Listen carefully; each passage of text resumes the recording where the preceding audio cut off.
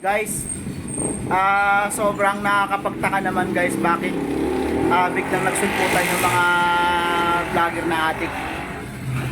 At kung papanoodin mo yung kanilang mga sinasabi guys, ay wala man lang kabuluhan. Ni wala man lang matututunan ang mga kababayan nating mga Pilipino guys. Bagkus guys, nagmumura, nangaalipusta, nagmumura ng reliyon, minumura yung mga Duterte. Isipin mo yun guys. Ha? Kayo mga tiwaling politiko dyan, kung kukuha man lang kayo ng vlogger, yung matino na. Ha? Ano ba talaga to? Barya-barya lang inaabot nyo ba dyan sa mga vlogger na addict na yan? Ha? Alam nyo guys, itong mga vlogger na addict na to guys, ha? Parang mga bulati lang to guys na tinubuan ng mukha tapos naging vlogger na.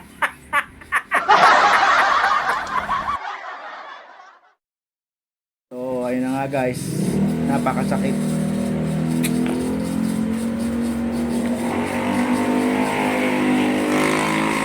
Nayak ako guys pero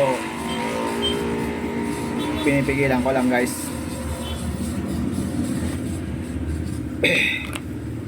Napakasakit guys dahil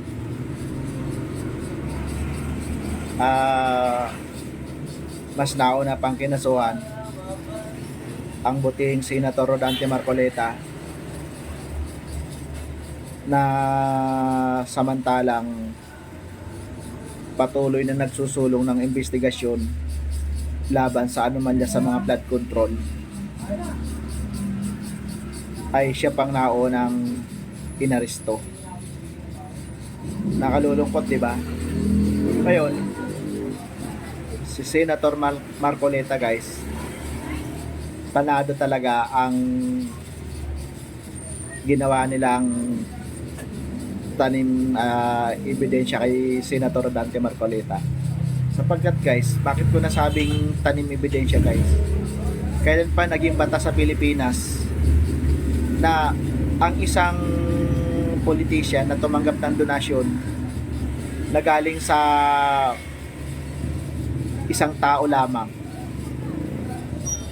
ay kailan pa naging batas? Kung tutuusin guys, hindi naman galing yan sa kaban ng bayan. Samantalang napakaraming politiko na tumanggap ng donasyon. Alam nyo guys, sa totoo lang guys, bata pa lang ako, naririnig ko na yung donasyon nagaling niya sa mga oligarko Kaya ito guys, tandaan nyo to guys. Kapag politiko guys na tumanggap ng pera galing niya sa oligarchs na mga milyonaryo, tandaan nyo guys, presidente ng mga milyonaryo yan. Hindi yan presidente ng taong bayan. So, balik tayo kay Senator Rodante Marcoleta, no? Ang nakalulungkot, bakit si Senator Rodante Marcoleta ang una pang kinasuhan? Na samantalang napakaraming itong mga magnanakaw, itong totoong mga magnanakaw sa kaba ng bayan, hanggang ngayon, pahaba ng pahaba ang kanilang mga buntot. Kasi guys, hanggang ngayon, malamang sa malamang guys, nagnanakaw pa rin yung mga yan. Kasi tuloy-tuloy naman ang remittances ng ating mga kababayan sa tax. 'Di ba? Ngayon,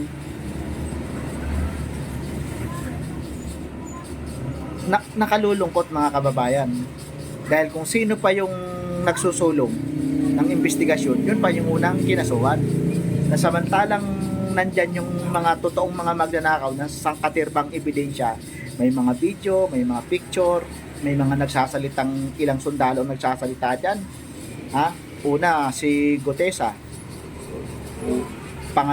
Pangalawa, 18 Marines, nadagdagan pa ng 4. Na imbis ipatawag to, hindi nila pinapatawag. Samantalang pilit nila inaagaw ang liderato ng Senado para iliko nila yung tamang investigasyon, na imbis na panahon ngayon ang nililitis diyan sa Senado yung investigasyon diyan sa anomalya sa mga flood control. Nauwi ngayon kay Sara Duterte sa impeachment trial ni Sara Duterte. Isipin nyo yan. Diba? Ngayon guys, balik tayo kay Senator Rodante Marcoleta. Bakit sumuko si Senator Rodante Marcoleta? Eto, Marcoleta, napakatapang, napakatalino, matatag ang prinsipyo. Bakit sumuko si Senator Rodante Marcoleta?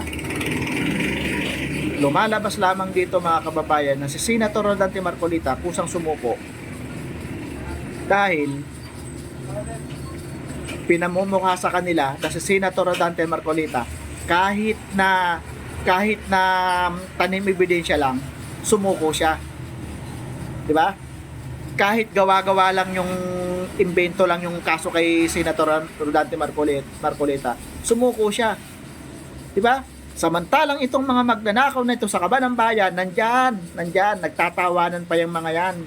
Tuwan-tuwa yung mga alagad ng kadiliman na habang inaaresto itong si Senator Rodante Marcoleta, ay gumagamit pa to ng mga vlogger, na mga bayaran, na kung hindi natin alam kung saan-saan mga nanggaling tong mga, kasi guys, yung mga vlogger na yan, wala namang knowledge nga talaga yung kanilang mga pinagsasabi.